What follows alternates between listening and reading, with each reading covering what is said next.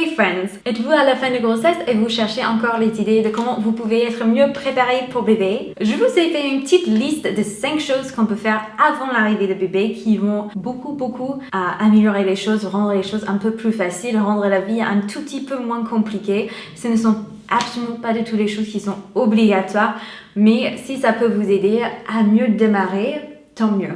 Numéro 1, c'est de préparer les faire-part à l'avance. Avec ma fille, on voulait faire des faire-part, surtout par certains membres de la famille qui sont pas trop sur Internet. Et on s'est dit, bon, après la naissance, on aura tout le congé maternité de s'en occuper de ça. Mais finalement, nous, on a, chaque fois qu'on essaie de regarder et discuter et décider ce qu'on allait faire, on n'arrivait pas à décider sur le modèle, il y avait tellement d'autres choses. Et puis les mois se sont passés. Et puis elle avait 1 an et on s'est rendu compte qu'en fait, non, on n'avait rien fait. On n'avait pas fait de faire-part. Et c'était pas la fin du monde du tout. Mais cette fois-ci, on voulait vraiment le faire. Du coup, ça, c'est quelque chose. On peut choisir le faire-part. On peut choisir là où on veut l'acheter, etc. à l'avance.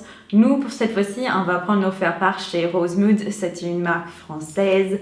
C'est une fabrication française, etc. qui ont des cartes mais trop jolies. Je leur avais demandé s'ils pouvaient m'envoyer plein de petits échantillons pour vous montrer justement à ce qu'il y a des trucs vraiment trop choux. Actuellement, j'hésite entre Joli Môme et Il est né. Je trouve tous les deux adorables et j'adore les petits effets métallisés. De plus, je trouve métallisé, c'est un truc qu'on peut pas vraiment faire en imprimant la carte chez nous. Il faut aller chez un professionnel normalement. Du coup, ça c'est quelque chose qui m'a beaucoup attiré. J'hésite entre les deux, mais je crois qu'on va prendre Joli Môme au final parce que je trouve que ça fait super français. Et comme on va envoyer des cartes en France et aux États-Unis, ça va faire chouette pour mes amis et ma famille américaine.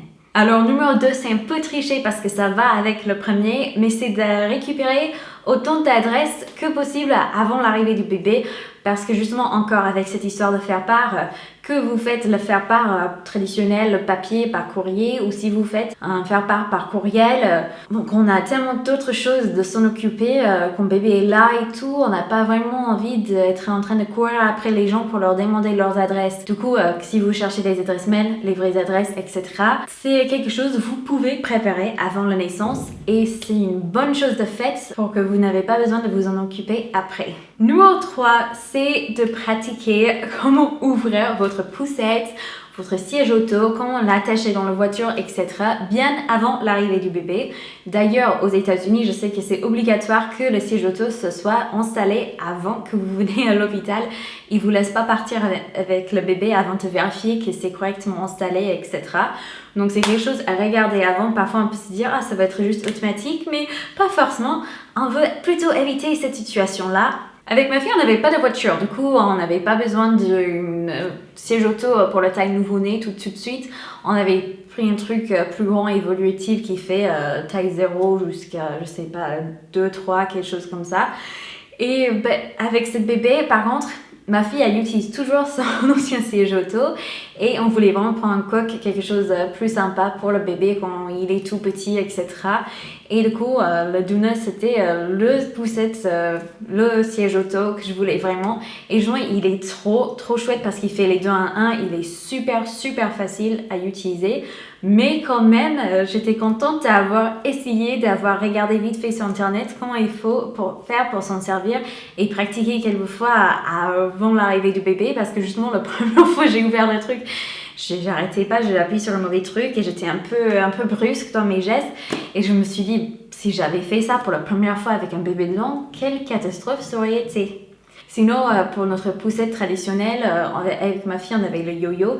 Et même avec ça, ça m'avait fait trop de bien avant son arrivée de pratiquer et de pouvoir l'ouvrir rapidement. Vous faites ça 5-6 fois et vous arrivez, c'est pas très compliqué. Mais normalement, la première 2-3 fois, en galère où ça prend un peu plus longtemps que d'habitude. Numéro 4, c'est de préparer les repas à l'avance. Je vous en avais parlé en fait de ça, je l'ai dit sur Pinterest, on peut trouver plein d'idées de recettes qu'on peut mettre au congèle quand on fait maison et puis là quand bébé arrive, on sait qu'on a des repas qui sont nutritifs, qu'on aime, qui vont nous faire plaisir, etc. Et il y avait beaucoup de personnes dans les commentaires qui disaient non mais je trouve pas sur Pinterest, c'est quoi cette idée, j'ai jamais entendu de ça serait trop bien. Donc je me suis dit bon, je vais vous partager la recette le plus facile et le plus classique petit repas congelé fait maison et c'est la lasagne parce que là c'est bien déjà, vous pouvez faire avec la viande, vous pouvez faire une version végétarienne, vous pouvez faire votre version vegan.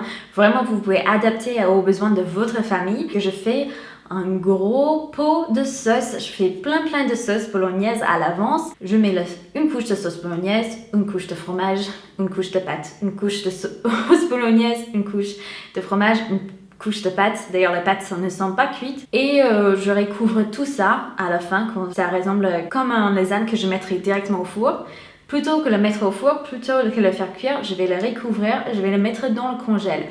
Et puis, quand le jour arrive, quand j'ai pas d'idée pour le repas, quand bébé est là, il pleure, j'ai 10 000 choses à faire au même temps, j'ai vraiment pas le temps pour préparer un repas ou faire quelque chose de nutritif pour ma famille, je peux juste sortir la lasagne, j'enlève l'aluminium, je le mets directement au four pour 45 minutes à la température que je le mets d'habitude.